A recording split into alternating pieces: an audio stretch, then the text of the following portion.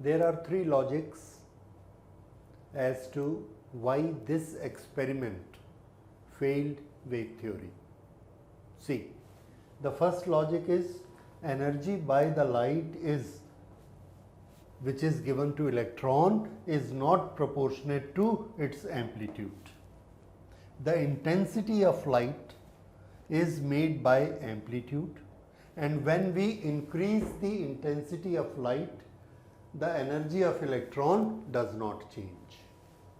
That shows intensity and amplitude, they are not related to energy, while wave theory says they are related to energy.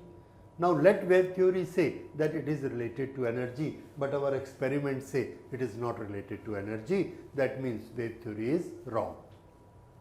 Other thing, the concept of wave front. This is the metal surface and this light energy wave front comes here. Energy is absorbed by all these electrons. A second wave front comes with energy, third comes with energy, and they keep on collecting energy, and once they have sufficient energy, more than the work function, they should come out, all of them together. But it does not happen. What we see, one photon comes and eject one electron. One photon comes, eject one electron. Now, what do you say?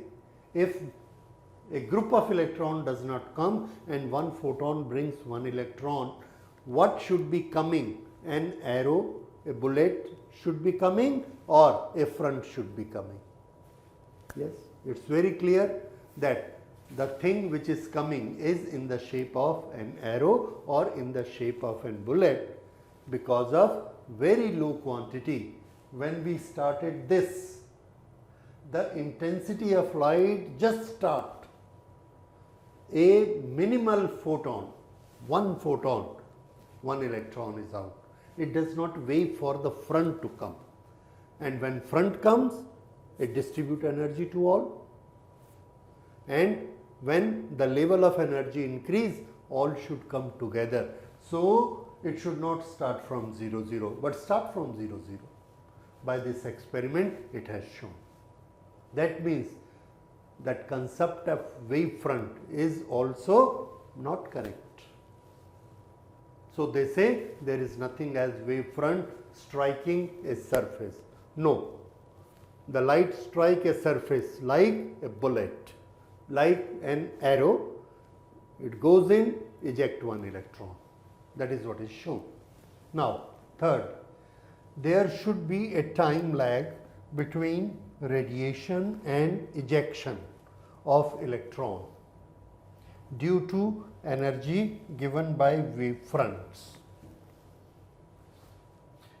The wave front, wide area comes, this is the metal surface, gives energy. Is all the energy given to one point? No.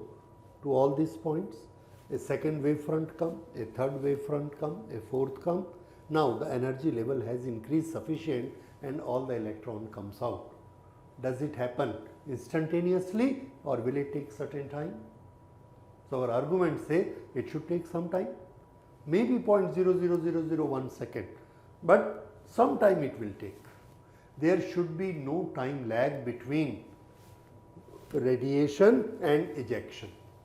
But this experiment shows us that there is no time lag. The moment we switch on the light, even if it is a 0 watt bulb, the moment we switch on the light, electron is out. How it can happen? Can it happen with an arrow or can it happen with the wave front? Clearly, it can happen only with one arrow. We switch on the light, very small light, only one photon comes with full energy. It comes like an arrow and eject one electron immediately. There is no time waiting for collection of energy. That is proved by this experiment. And according to our wave theory, the wave front should come, they should give energy to all the electrons, distributed, it should take some time. So there is no time lag. So this is the third argument, that there is no time lag This tells us that the wave theory concept of wave front is wrong. So, all these three arguments given says that wave theory is not correct, or in not much harsh words we can say the wave theory cannot explain it. And another very important thing, the wave theory could not explain threshold frequency concept. If the frequency of light is less than a particular frequency and it is falling on the metal, maybe it is not able to give the full energy, let's wait. Another wave come, another wave come, another wave come. After some time, 1 hour, 2 hours, so much energy should be collected here that electron should come. But if what we have found, if the light has got frequency less than a particular frequency known as threshold frequency, whatever time you give it 24 hours lighting, electron will not come. So what's happening with that energy? Wave theory can't explain. So if wave theory can't explain, we say wave theory is a failure. And I am showing you by experiment that a frequency less than threshold frequency cannot eject out whatever is the wattage of the bulb. If I put a red bulb for 12 hours in a room, it cannot eject a single electron. 12 hours, how much energy it will give? And in place of that, I put a blue bulb. The moment I switch it on, 0 watt bulb, it will eject electron. So, explain by wave theory. Wave theory cannot explain this, because for 12 hours red light must have given a lot of energy if amplitude has the energy. So, this photon theory says amplitude doesn't carry energy, it is frequency which carries energy.